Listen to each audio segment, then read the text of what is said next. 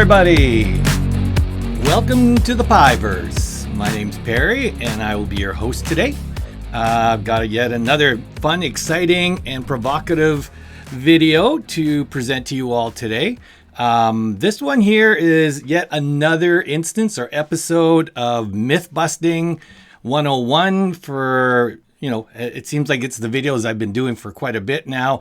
But basically going after the FUD, the misinformation, and basically the stories going on of, saying how high yield covered call ETFs are inferior and under many scenarios. And they just keep coming up with different ideas and different arguments on why it's not as good as a growth portfolio.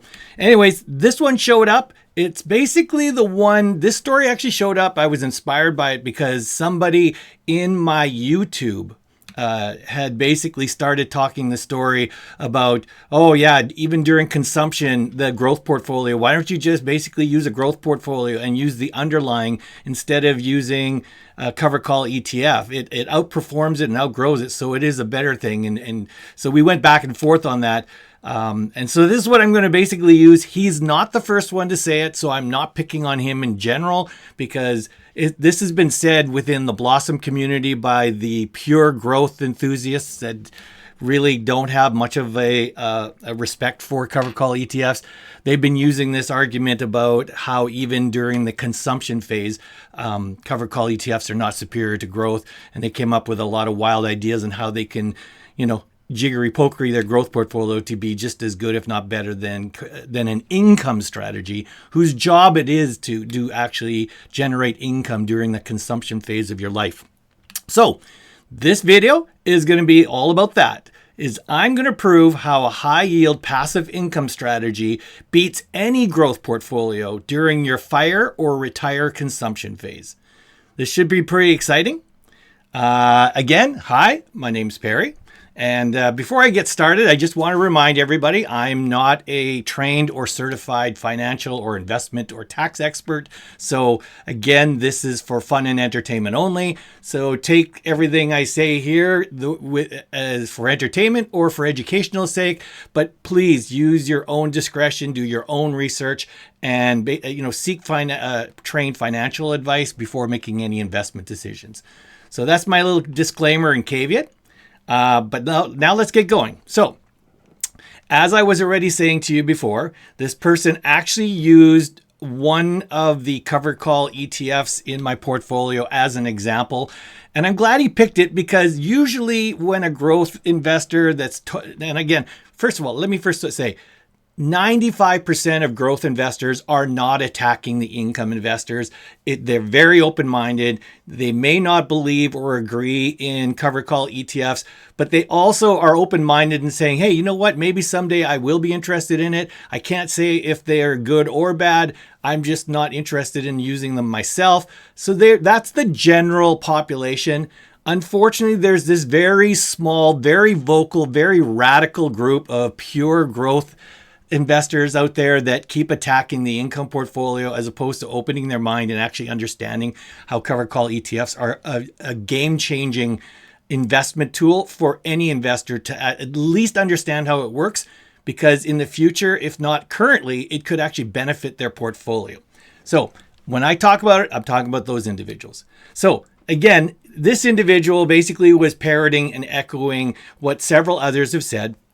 He used actually an example of my HUI, which is a yield max covered call ETF that basically uses an underlying called Robinhood.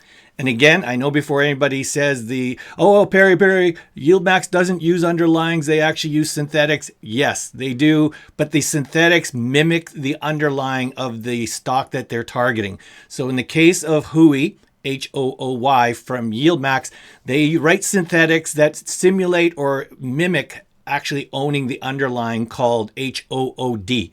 So that is the Robinhood stock symbol HOOD.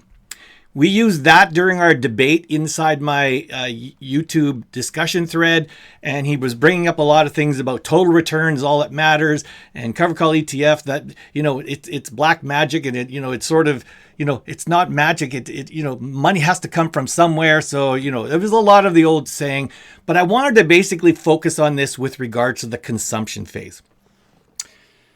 The first thing I want to say is let's get down to some basics, because one of the big misconceptions I think that happens in this small community of radical pure growth individuals is that they seem to figure out, or they seem to believe that when you are retired or you are no longer generating income from your employment. Now I'm going to call them, and this, you can see it right here beside me, the FIRE or retired. So for those individuals that did, financial independence, retire early, that's what FIRE stands for, or retire. In both scenarios, what the individual investor has done when they enter the stage where their portfolio is basically paying all the bills, they are consuming their portfolio. So it's often referred to as the consumption phase.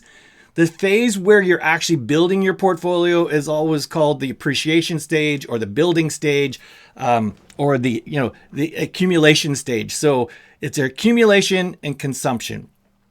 Accumulation is when you're putting in your own contributions from your employment income, or you've gotten an inheritance and you're putting money in towards your portfolio, but literally you are subservient to your portfolio. Your portfolio is waiting for you to hand it things, cash and money, so that you could basically build that portfolio up for a future use of when it switches phases to consumption.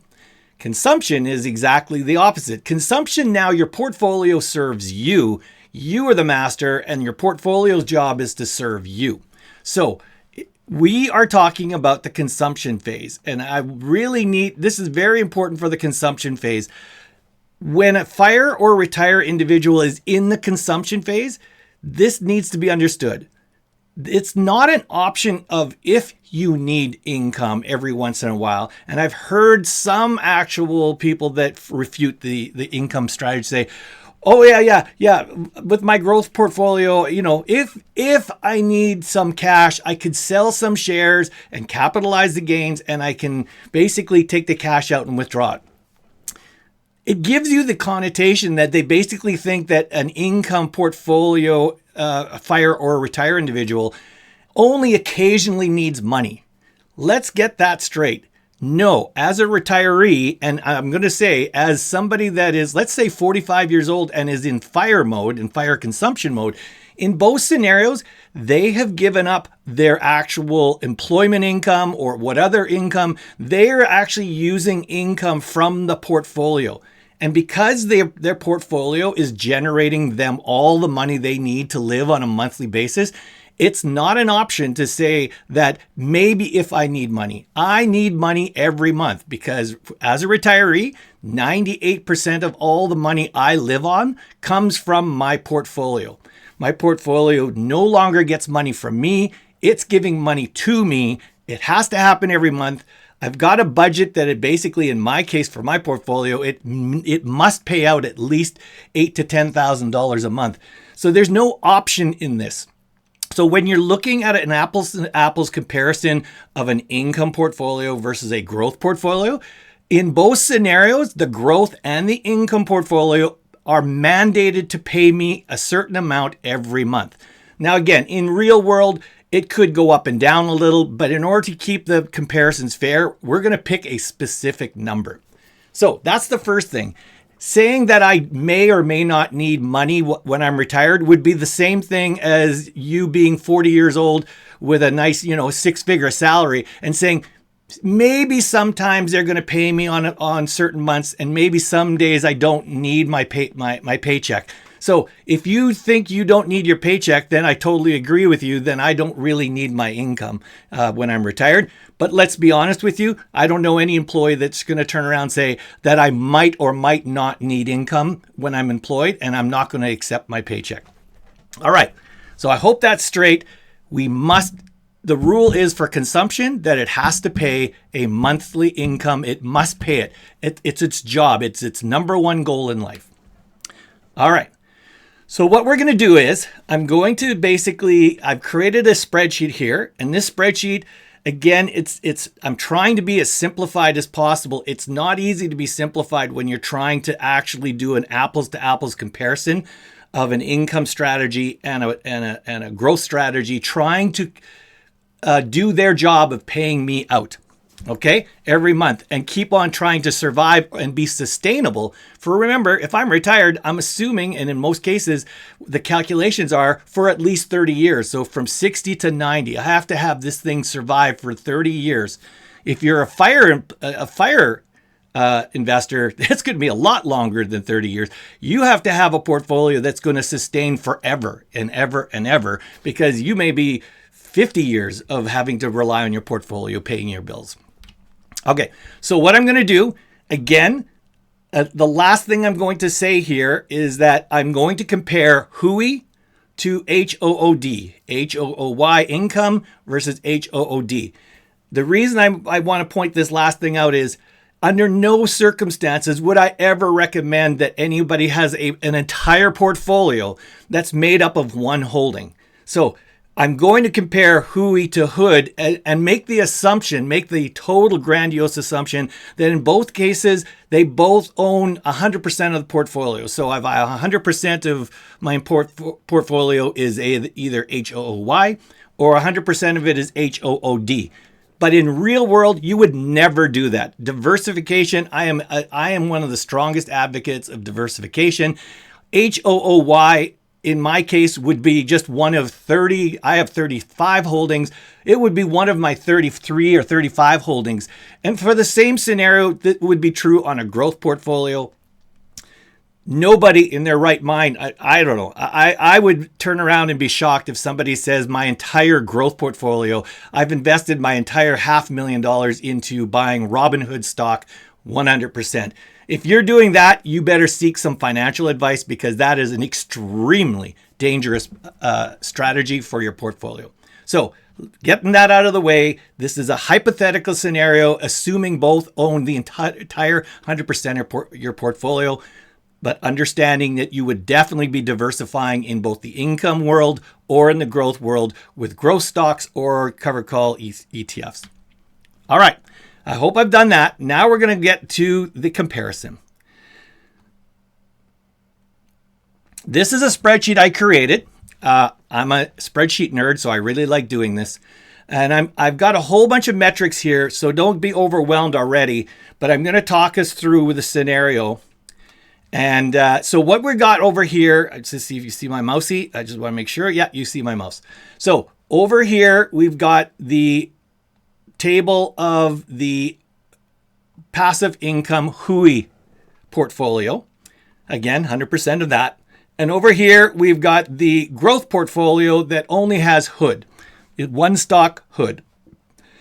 We're going to use the metrics because HOOY just showed up in May. We're using May. So what I did is I actually took actual figures from May all the way to October. This is their actual HOOY stock price on the 15th of every month. So again, I could have made this for every day of the month. This would have been way overly complicated to try to explain a very conceptual idea. So please, for those people who say, "Well, Perry, you're only using 6 months," or "Oh, Perry, you're not doing it daily, so there's more volatility and there's more," forget about that. This is a conceptual example, so I'm going to keep things as sort of consolidated and simple as I can. In the case of this, we know that HOOY, until only a few days ago, HOOY was only paying monthly, and they usually pay it around the middle of the month, generally speaking. So what I did is I took the 15th of the month and said, what was the price of HOOY on the 15th of every month? So that's May, June, July, August, September, and October. I did the exact same thing with its underlying HOOD, and over here you could see this was the price on the 15th of the month for HOOD on May 15th, June, July, August, September, and October. Okay, don't worry about the rest of the stuff. What I did is, in order to provide sort of a 1 year example, instead of not 6 months, do 1 year, I've also did some off the cuff extrapolations of the next 6 months, months that we all don't know. So from November to April. What I did, I looked at the volatility and the basically scenario of how the prices were going for HOOY and also what I did for Hood. And I came up with my own arbitrary future numbers based on that. So you could see here for HOOY, it was all over the place. It went from a low of 57 when it opened.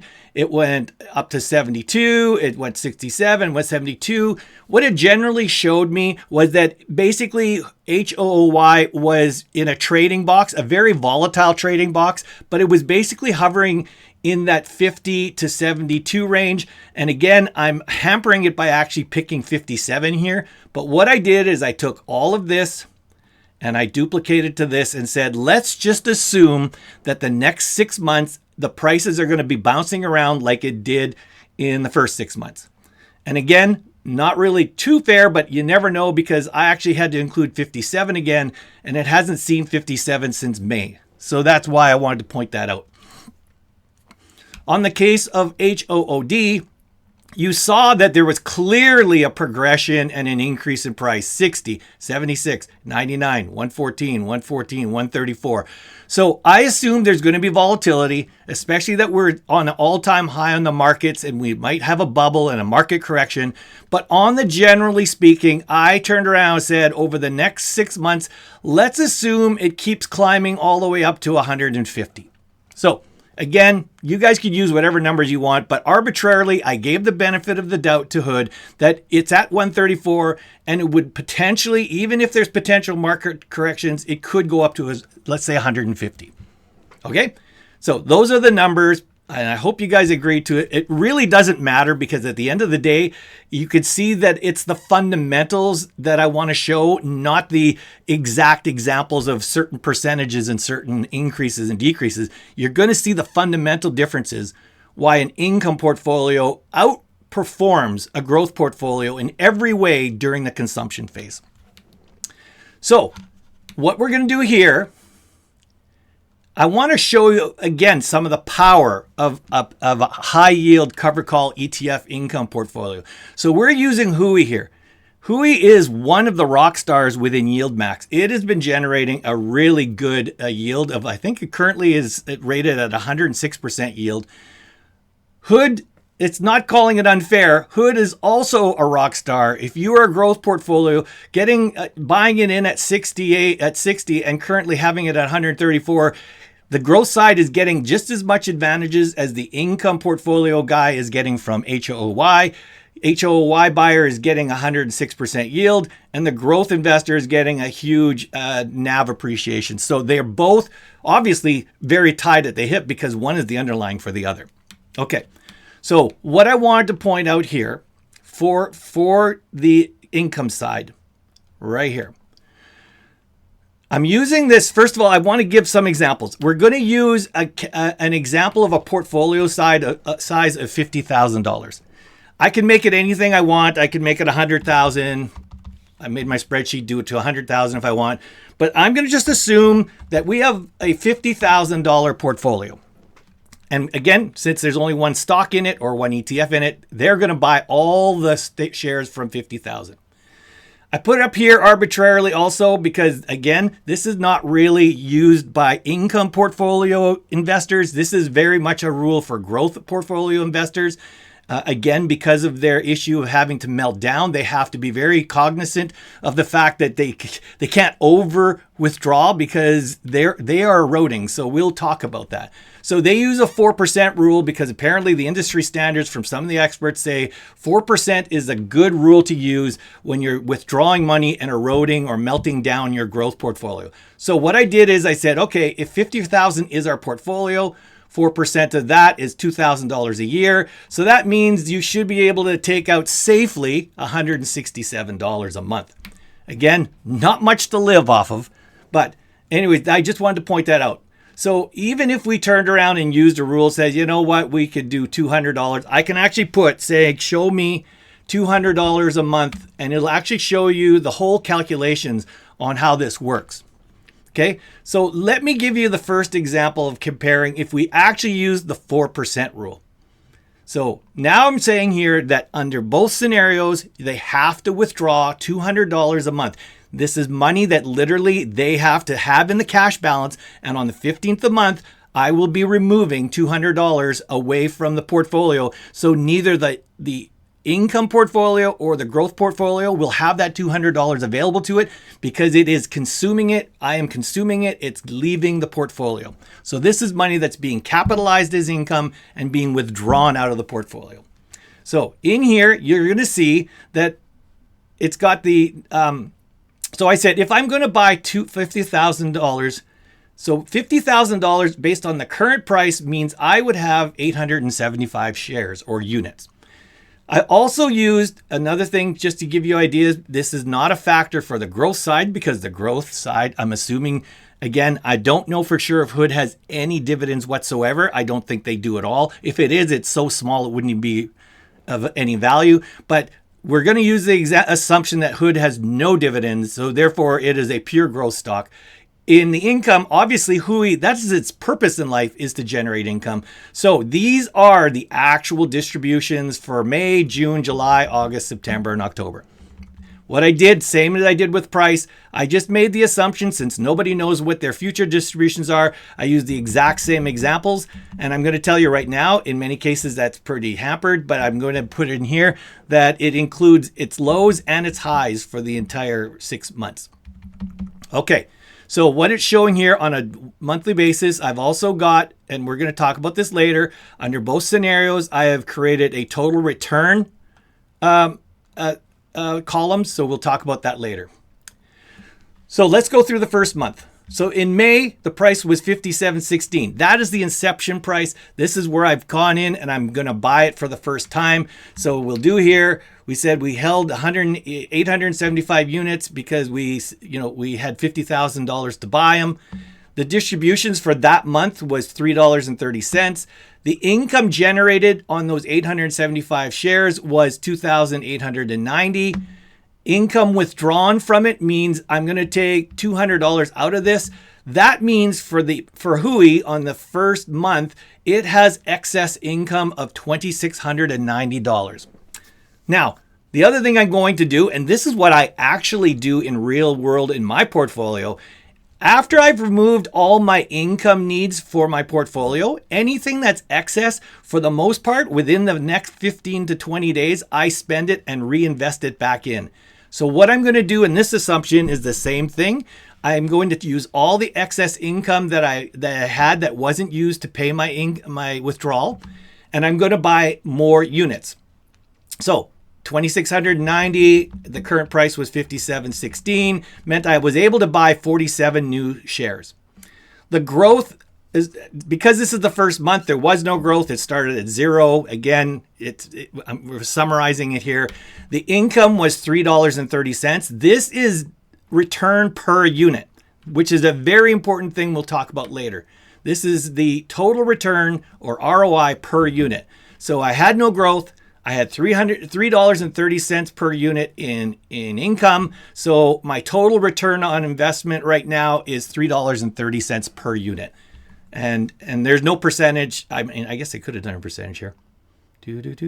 No, I can't because I have zero over here. So anyways, it's pretty low. There we go, 6%. Sorry. I should have done that over here. Don't know why I missed that one. There we go. Okay, so 6% is my total return on its first month. Obviously small because we're just starting. Then everything continues on. Because I bought 47 units, the 47 units now gets added to 875. So for the month of June, first of all, we've seen an appreciation of value. So Hui has increased in its value, its NAV. So that's the first big win. The second win is that I've increased my unit count to 922 with the excess money that I bought reinvested. And so my current unrealized NAV on the 15th of June has gone up from 50 to 59,000. The actual distribution for June was a whopping $6.50. That generated me 5,994 because it was based on 922 shares now, units. I needed to withdraw my 200. That meant my excess income was 5,794. That allowed me, instead of buying 47 shares, I was now able to buy 90 more shares, which again, now you can see that I had a growth of $7. And that's basically this price minus that price. So $7. I had a NAV appreciation of Hui of $7. I had a $9.81 accrued income.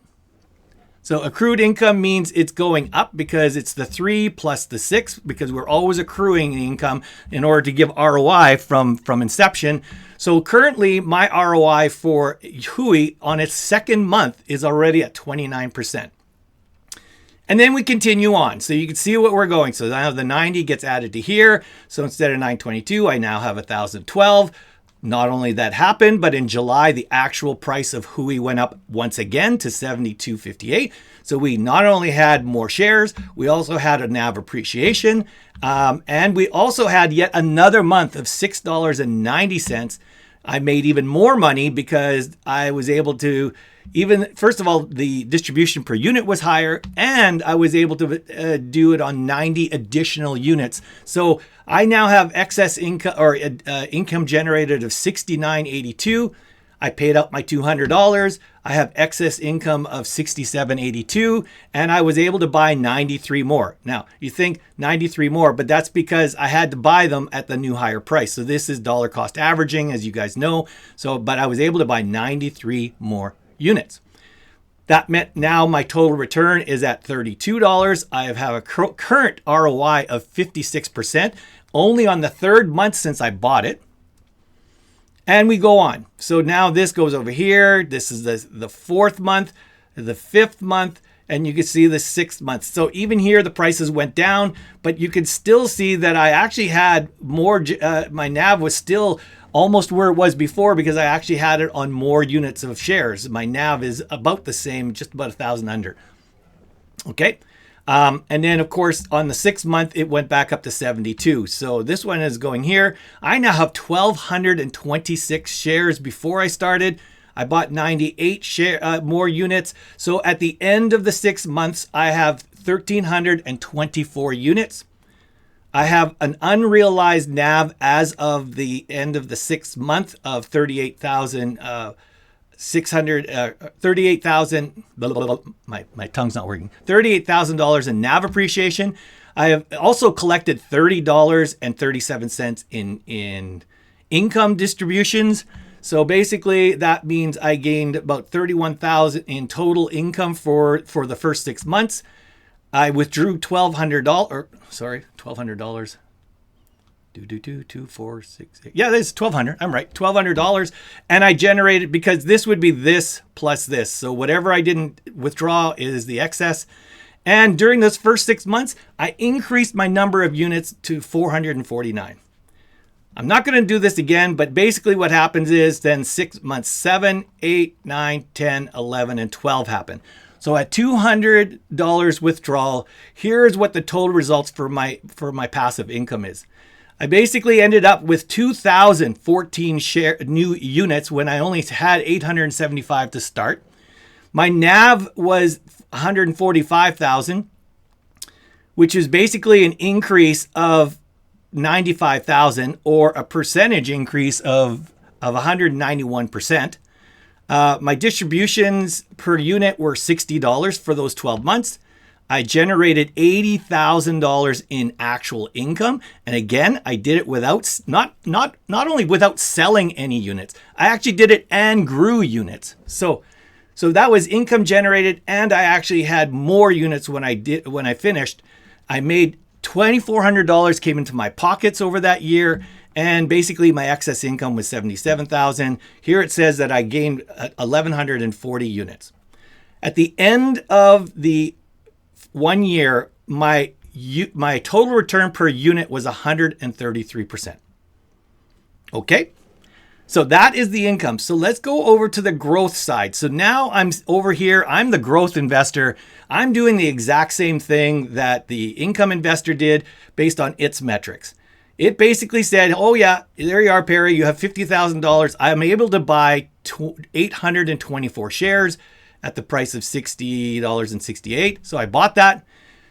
Of course, now we got a different scenario. You can see over here, there is no excess income and there will be no shares bought because remember, here's another thing to realize. When you are in fire and retire, you are no longer contributing to your portfolio. So you can't turn around and say, yeah, but I'm going to keep contributing when I'm in the consumption phase of my life. Well, you can't do that because you have no other income. We're assuming you have no employment income. You are living on your portfolio. Therefore, you can't turn around and buy more shares. It can only be bought through reinvestment.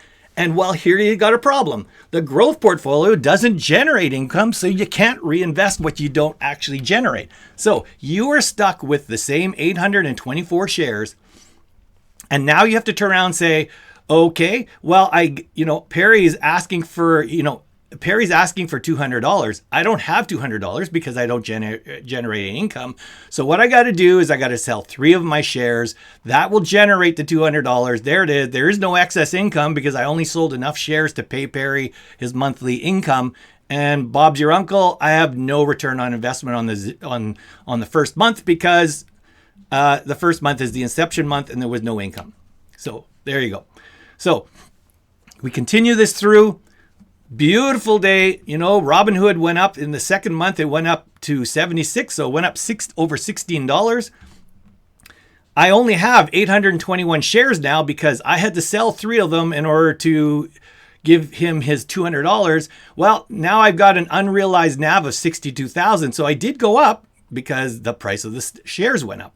Okay. But I still had to pay Perry, so I have to sell another 3 shares. That capitalizes $200. That pays the $200 that leaves the portfolio. We now have realized an actual capital gain or an unrealized gain of $16 a share, but there is no income. So currently you're at 26% ROI on your first month per share. And the news only gets better with regards to the price going up. 99, 114, 114, 134. So you can see in both scenarios, I have to pay. So there I went down to 818. Watch the trend in every scenario, no matter how good or how bad the markets are. For a growth investor during the consumption phase, they always have to sell their shares one way or another. So now I'm at 818. Good news is that even 818 at $99 a share, I'm still up amazingly on my NAV. I had to only sell 2 shares this time to make the $200. So currently I'm up $38 in unrealized gains. I have no income, but I'm now already at a 64% ROI. And again, this is exactly what growth investors say. And yes, if you've got a stock that's constantly going up in price, you've got some great ROI going up. But what you don't have, you have 0 income. So because you have 0 income, you're constantly having to sell off your shares, erode them, melt them down, de-accumulate, draw down, use the word you want to use. But at the end of the day, since your portfolio does not generate income, you have to sacrifice shares and sell them off. And again, the bigger the price, the less you have to sell, but you're still having to sell. Then you continue on, say 818, you get the rhythm. I'm just not going to go through. So by the end of the 6 months, you used to have 824 shares. You now only have 811 after 6 months. You basically have an unrealized NAV gain of $59,000. Amazing. So after 6 months, you have realized a 121% ROI. Amazing number, beautiful number. It's better than mine. Look at over here. I was only at 80%. You were at 121%. So the growth investor, when we're talking about ROI, is winning. Of course, the part that they don't say is it's 121% ROI of unrealized gains. And I want to show you this here right now before I continue on. What happens if Robinhood basically goes in the tanker and something happens? They're being investigated by regulatory or something, or the markets collapse and whatever, and you now see it go back down to 80. Well, it's not the big whopper anymore. It only took one market drop for Robinhood to go from a hero to a 0. just because of the price. Because why? It's all unrealized gains. You haven't capitalized anything. The only thing you've capitalized is the amount that you paid me for my withdrawals on a monthly basis. Other than that, all of these beautiful gains are only as good as the next day's trading day. So let's assume there. So that's one of the big flaws about the growth portfolio during consumption. It only takes one bad market day. It takes one bad scandal, and your unrealized gains could go into the tank. So we keep that in there, but let's move on. Here's the months 7, 8, 9, 10, 11, and 12. Again, I assumed the best case scenario that Robinhood was, it had its ups and downs, but at the end of the day, it ended up being at 150. So again, everything was the same scenario. It paid the withdrawals. You had to buy a share to do it. So at $150, we basically now only have 802 because I had to sell one share, made my $200, and my current yield or my current return on investment after 1 year for Robinhood is 147.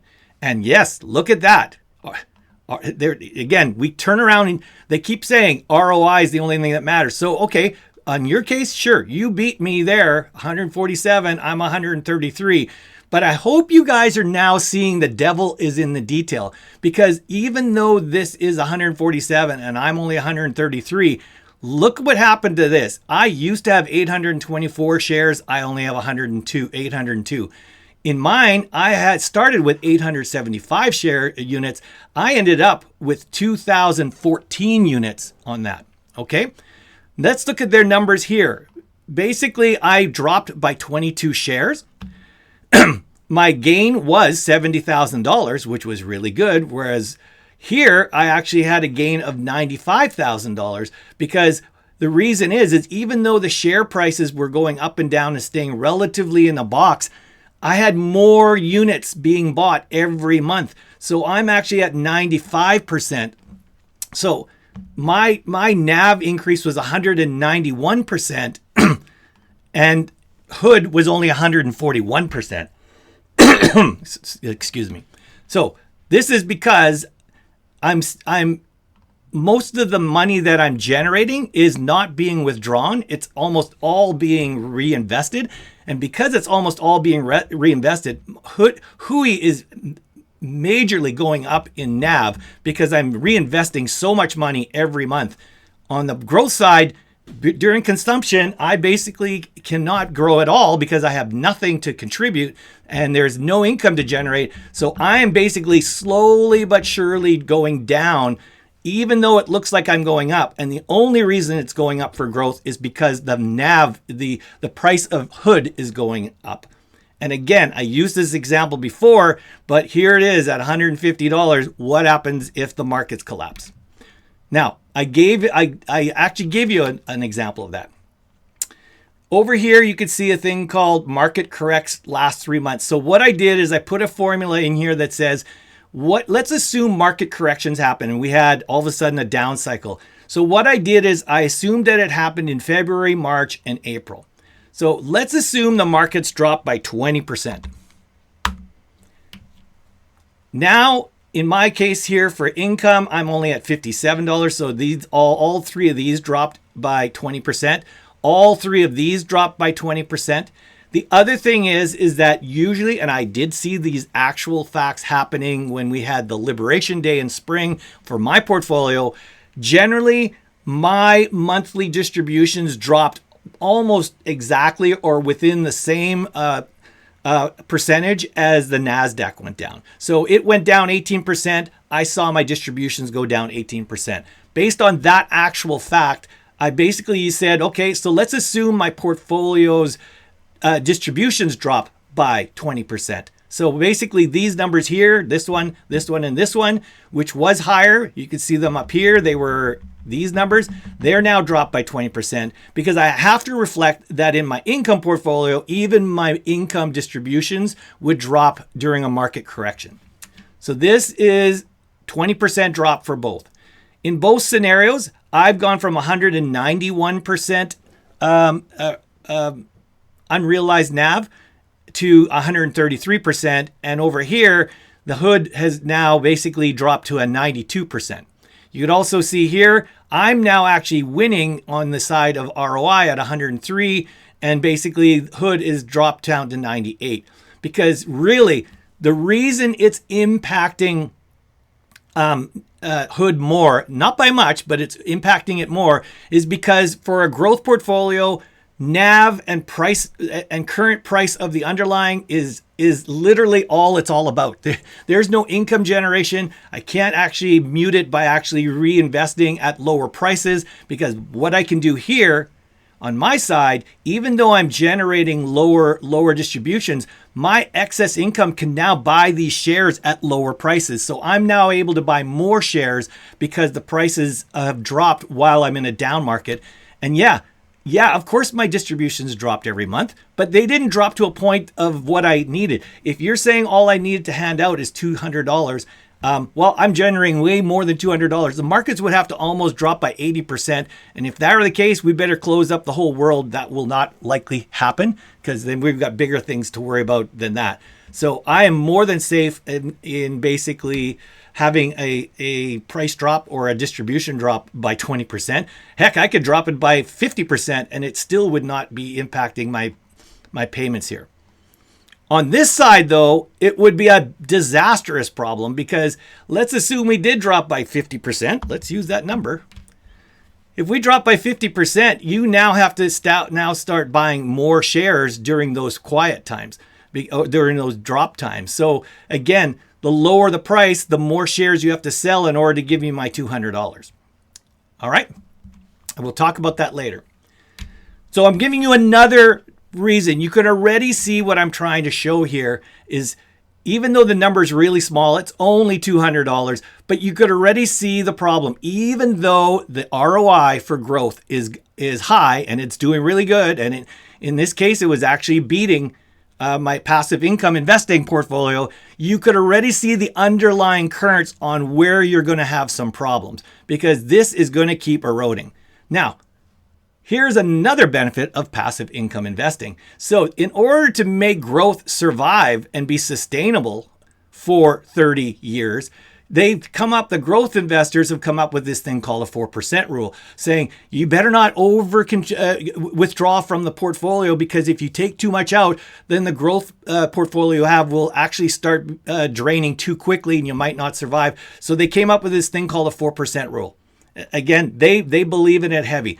Well, let's go and turn around and say, you know what, guys? I'm a passive income investor. Look at my yields I'm generating right here. I'm going to turn around and say, let's make it $2,000 a month. Something that I'm more used to. So now we're talking about numbers, and you're like, well, Perry, you can't take a $2,000 a month out of a $50,000 portfolio. What are you talking about? Okay, well, this is a single cover call ETF, and it happens to be a rock star, but we're also comparing it against another rock star on the growth side. So let's assume I'm taking out $2,000 a month, not $200. Okay, so if I'm taking out $2,000 a month, let's look at what the numbers are right now. Again, I'm generating an income of $2,800 on inception. I was able to pay the $2,000 of withdrawal, so that left my portfolio just like it would leave this portfolio, but I still had $890 left. So I went and bought 16 shares. So we'll go through the whole scenario again. You can see every time I made $5,700, I was able to easily pay the $2,000, and I was able to reinvest. So what's happening is, this is why one of the benefits of a passive income strategy, if it's designed properly, you are now getting compound income growth as well as compounding your NAV appreciation, because I'm increasing my number of shares. I'm compounding my income growth, because the more units I have here every month will increase my income generated, which will be more excess income, which means I can actually keep going higher. So you can see, yeah, some days it's lower or higher based on the number of the price per unit, but at the end of the day, I'm going up. Like you can see over here, I'm already up at 91 shares. And the reason is because I'm generating more units. More units are generating income from that distribution, because I'm rinse and repeat. So I'm getting compound income growth. And so you can see over here, I still only have 120% unrealized NAV. And again, that makes total sense. Of course, I'd have only 120% versus when it was 200, I was having 191%. And why is that? Because I took $24,000 out and I basically cashed it out, left my portfolio. So of course my NAV appreciation is going to drop because I took $24,000. So I'm still having an unrealized NAV of 120%, even though I withdrew $24,000. If I go over to the growth investor, again, starts off at 824, but now because I have to actually generate $2,000 of withdrawal income, I have to now sell 33 shares to do it. I get no excess income. I get no shares bought, obviously. So basically, I'm dropping down 33 shares, 26 shares, 20 shares, 18. And again, the number of shares per month is dropping only because the share price is going up. So you don't have to buy as much, obviously. But you could turn around and see that your holdings are eroding much quicker. So by the end of 12 months, where you started at 824 shares, you're going to end up with only 603. You've lost 221 shares in your first year. You can sort of see the math, which is basically everyone can see. Unless basically Robinhood's stock keeps growing infinitum, you will eventually, no stock can go to infinite. So sooner or later, you will have melted down your hood. Well, based on this, it was at 824 and it lost 200 of the 800. So that means in about 5 years, you will not have any more HOOD stock left, because in order to pay this $2,000 a month, I'm going to have to keep going and keep going and keep going. You could say, yeah, okay, well, Hood's going to go to 175. It's going to go to 200, but it will not go to 900. It will not go to 2,000. It will not go to 8,000 when you only got, like, say, 2 shares left. At the end of the day, you will run out of money because you will run out of shares to sell. It is what it is. On mine, I generated 120% unrealized NAV. You can now see that it's eating away on Hood's growth portfolio, because that 24,000 is being removed from a NAV that's already dropping. So I only have an 81% here. And that's why it's so powerful. Again, if you turned around and said, okay, well, now let's talk about a market correction of 20%.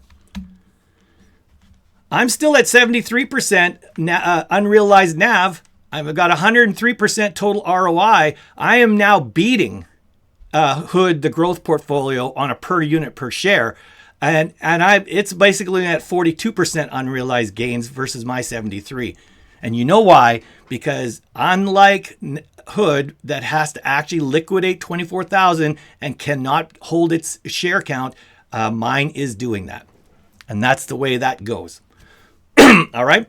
Another thing you should turn around and say, and it's not showing here, it's showing that my current NAV, or my current return on investment per share, is 98%.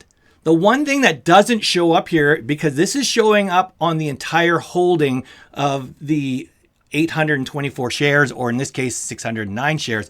But at the end of the day, when you sell a Robinhood stock, you go from 98% ROI per share to 0. Because after you sell that share, you literally have return on capital yourself. You have capitalized all your gains into an income. That Robinhood share no longer exists. So there is no more growth. There is no more ROI on those stocks. So basically, yeah, I'm getting 98% ROI on your shares, but it's only on the 592 shares you have left. You're not getting 89% on the original 824. You've already lost 232 shares that were getting 89% ROI. So you are going to keep dropping here until, of course, year 2, year 3, year 4, year 5, you will be pretty much down to 0, because this melts down. As this one's melting down, this one is going up. Okay? So I want to talk about a couple of things, because this individual on my YouTube comments, we went back and forth. So he says, well, here's one thing we can do. Well, obviously we tried for option one, sell your shares equal to the amount needed. Well, that's what this strategy is doing here. If I need $2,000, just sell 33 shares and I'll get my 2,000. And it's good as long as Robinhood keeps going up. What happens if Robinhood now goes down to 80? Well, yeah, now I need to sell 25 shares because it's down at 80, but you see what I'm after. So that's the thing. So unless the market keeps going up into infinite numbers, you will eventually run out, is what is the first problem with that. The other problem you have is, and it's brought up by the income investors legitimately time and time again, is you must constantly do market time trading each month. So I'm making it really simple here by saying that here it is on the 15th, here it is on the 15th. But unlike the passive income investor that does not have to do anything until once a month when it has to reinvest stocks and withdraw its 2,000, that's two actions. Take your money out and reinvest the cash that's left, and now you could wait another 30 days. That's why it's called passive income investing. While this is happening on this side, the growth investor that's trying to live in a consumption phase is now looking at every day. Robinhood, it's spiking today at 178. I should buy some because I need to get a cash wedge put in place so that I can actually pay for that month, that $2,000 a month with less number of shares. You're on a daily basis watching your stock, wondering, okay, I need to have that money. So you're going to do what's called market time trading in order to most efficiently erode your holdings down to zero. So that makes it very painful. And the other problem we talked about, if we have a market correction for, say, 2 years, I've got it only for 3 months. But what happens if we have it for 2 years where Robinhood is down at $70, back down to near its normal price, $75, $76? Well, there's no cash wedge, and we're going to talk about cash wedge later, that can deal with that. Because eventually you're basically going to have to buy on low market days. On this side here, the distributions might drop a little, but at the end of the day, you haven't sold any shares. You're still increasing number of shares because you still have excess income in addition to your distribution losses drop. But you are still actually going up, and you're going to continue to go up again over and over and over based on this scenario. And again, I know there's going to be people out there saying, oh, Perry, you're using the example of Hui. It's one of those great stocks. No, there are stocks that have some signs of erosion, and they've had it in the past or corrected it, or they're currently in it. For example, USOI stuff. But again, if you're doing smart portfolio strategy development, you don't invest that much money in the ones that are more volatile or have higher risk of erosion. You basically have a balance of all your core investments, which are conservative in their yield. They're very solid, very stable. They actually grow in NAV at times.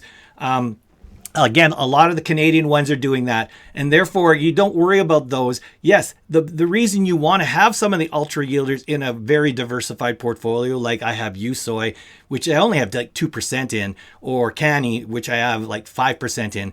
None of them are basically going to take my entire portfolio down, but they're critical because they're the ones generating 50, 70, 80% yields.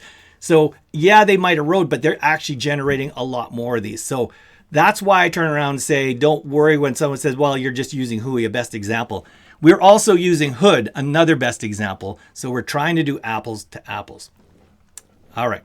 So the second strategy, which people from the growth side will turn around and say is, well, Perry, when the markets are down for a half year or a year, you got to use a strategy called cash wedge.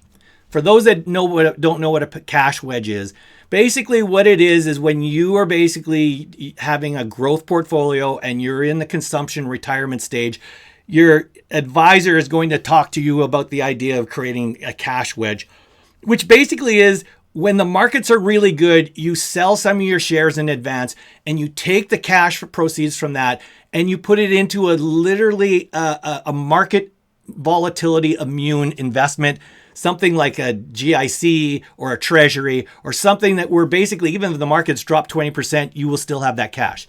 Great idea with regards to protecting yourself. Let's say if it happens for 6 months or 8 months, that's great. The bad news about that is, depending on how big that cash wedge is, if I got $50,000, what happens if I say, okay, I want a cash wedge for a year? Well, if I required $2,000, a year of 2,000 is $24,000. So half of my 50,000 would be in investments that literally are money market doing nothing accounts. So I would already be muted because this beautiful growth that Hood is actually attaining, for half of my investments, it would not even be able to appreciate or benefit from this. So the biggest problem about a cash wedge is that you've got cash sitting idle, and it has to sit idle because it's an insurance marker to protect against bad market days. You decide how big the cash wedge is because you have to decide how much idle cash do you want sitting around not generating any money versus saying, no, I'm going to not have a cash wedge. When it's really bad, I'll just sell my shares. So I don't think it's a great idea. I did put a cash wedge solution here. If we turned around and said that we needed $2,000 a month and we wanted 3 months of cash wedge, that would mean I would have to actually have a cash wedge of $6,000. So if I do that and the markets are down 20%, again, I'm at 73, it's down at 34. So these 3 months here, the cash wedge was able to be used. The problem with that is once I use my 3 months of a cash wedge, I have no more cash wedge. I have no more insurance.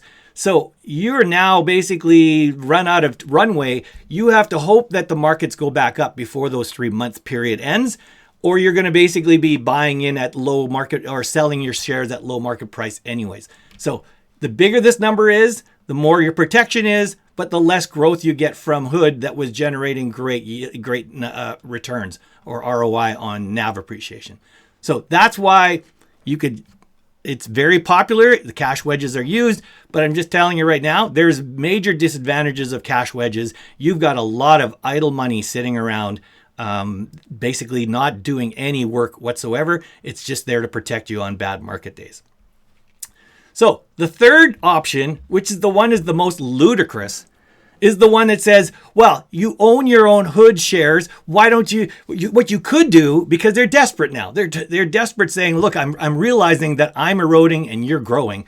So they're going, why don't you just use your Hood stock and start buying, start learning everything about options trading and start writing your own call options against your own Hood and start generating income off of call options.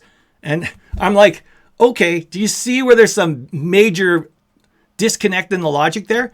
If I were to do that, why don't I just buy HOOY? Because that's exactly what HOOY is doing. It's using the Hood underlying. It's got a team of expert options traders that have been doing this for decades. They also have access to options chains that a DIY investor can't see, called institutional depth chains. For you to do this to yourself as a DIY investor is just absolutely silly. I mean, if you want to do it, that's your choice. And if that's the only way you're going to somehow generate some income is because you absolutely refuse to believe that Hui would be a better option than you doing it yourself, then go ahead and do it. But A, you got to become an expert in options trading. And if that's what you want to do, that's great. B, you got to be able to be up and around all hours of the day. You can't just turn around and say, I'm going to go on holidays, because these options trading is something you have to monitor all the time. And it's absolutely the opposite of a passive income strategy. You've made your already complex portfolio during the consumption stage even more difficult by now having to say that I, on a daily basis, have to be writing covered call options and monitoring them. Whereas on this side here, I do two things a month. I basically get my money and withdraw it into my bank account, and I go and buy more units of Hui with my excess cash. Passive. That's why it's called passive income. So those are the three options that the growth investor had told me. And again, he finally admitted that, yeah, no, I'm not saying you should do that. But there are people that say that I should do that because they actually believe that a growth investor, a DIY growth investor, can beat an institutional team of options traders. More power to them if they're that committed to a growth portfolio doing the consumption phase. That's not me. Anyways, I hope this helps. I can go through 50 different scenarios. People are going to come up with different ideas of, oh, Perry, you didn't do that, you didn't do that. again, let's get down to the basics of what I'm trying to tell you. So I'm basically trying to tell you at the end of the day, it doesn't matter if you're going to withdraw $100 a month. It doesn't matter if you're going to withdraw $2,000 a month. At the end of the day, there's major benefits of the income portfolio over any growth portfolio. One, it does not erode. Growth portfolio, you are always melting down your portfolio in order to generate cash. Two, it is not passive. So a growth portfolio, you can quite clearly see it's not passive because you got to do market time tradings. You got to decide how many shares you're going to sell to make that $2,000 monthly withdrawal. You got to decide at the right time. Should you be using a cash wedge? Are you going to consider doing options trading to try to offset the shares you have to buy? On my side, I just do 2 events a month. So there's that. The other biggest benefit is that because cover call ETFs are designed, absolutely designed to generate income. There's no voodoo. There's no black magic. If anyone has any concept of what options trading is, that's all a cover call ETF is doing. They're writing options contracts, making money off an underlying that they hold in their ETF. This is not black magic like the individual says. The money has to come from somewhere. Yeah, the money comes from the options trading, the premiums that they sold. So this is something that's been going on in the markets for decades. It's just that a cover call ETF has now put it into a nice convenient package where all you have to do is buy the Hui stock and it'll do all the work for you. And because of that, because they are so efficient in generating monthly income, you are now able to do things that you would really have to think twice about on the growth portfolio when you're in the consumption phase. And that is, I can decide, because I have so much excess income, I can decide some months, you know what, I really don't need that. So I'm just going to basically put more in and more excess and buy more shares. And then you say, you know what, I'm going to do a trip around the world. And you know what, even though on average I was taking out $10,000 a month, I'm taking out all $40,000 this month. I'm taking it all out. Yeah, I won't be able to generate any excess income for that month, but I have the cash flow flexibility with a passive income portfolio to do that kind of stuff. And the reason I have that is because the one thing I didn't point out here is we talked about the growth portfolio uses cash wedges. And of course, the growth investors said, well, Perry, you got to do the same thing. No, I don't have to do it because I use a strategy that keeps all my money deployed at all times. What I do is I basically make sure that my portfolio generates between 2 and 3 times more money each month than I need on a monthly basis. I do use 3 times, but I could easily go to 2 times. So if I know that I must have at least $8,000 to $10,000 a month every month, I make sure that the yields on my portfolio generate a distribution of between $20,000 and $30,000 a month.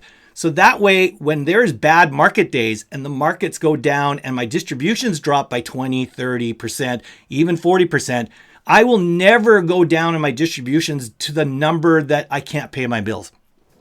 I use 33 times, which means I would have to literally have the markets come down to crashing level to do that. So I'm not worried about that. I'm currently at 4 to 5 times my monthly expenses. So I'm even less worried about it. But the strategy to counter a cash wedge strategy in an income portfolio is to make sure you're always coming up with a portfolio that includes enough holdings that you're basically generating a yield and a distribution that's 2 to 3 times your monthly expenses, so that if any bad market condition happens, you'll be able to still be able to pay it and ride through those bad days. The good part about while it's riding through the bad days, even though your distributions are down, you're still generating excess cash. You can now buy all those cover call ETFs at a bargain discount deal. All right.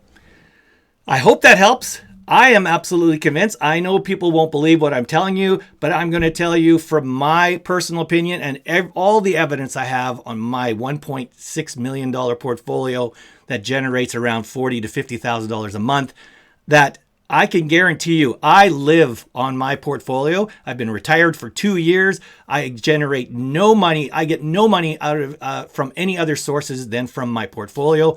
My portfolio does not get any external contributions. It is self-funding, and I don't know. And basically my portfolio keeps going up. So I'm going to tell you right now, when as an actual retired consumption phase investor using covered call ETFs, I know that it would beat any growth portfolio hands down as a one-on-one effective way of retiring of consumption during retirement. And FIRE. I should mention FIRE for you 40-year-olds that are lucky enough to have these covered call ETFs and be able to retire at 40, 50 years old. That's something I never had available to me. Anyways, I've talked enough. I'm hoping that this was exciting. Two things, please. This takes a lot of work, a lot of voice stuff. If you're not subscribed to my channel, I would really appreciate that you smash the subscription button. Look at some of my other videos. I have lots of videos on strategy. We talked about income strategies. I do have a portfolio strategy video. I talk a lot about NAV erosion, all the myths and FUD that are basically being shut down. So please look through them all. And then other than that, I also ask you to drop any comments. I know I'm going to get a good lively debate on this one because this is actually a provocative statement. So I look forward to that as well. And until next time, stay safe, stay investing, and I'll see you in the Piverse.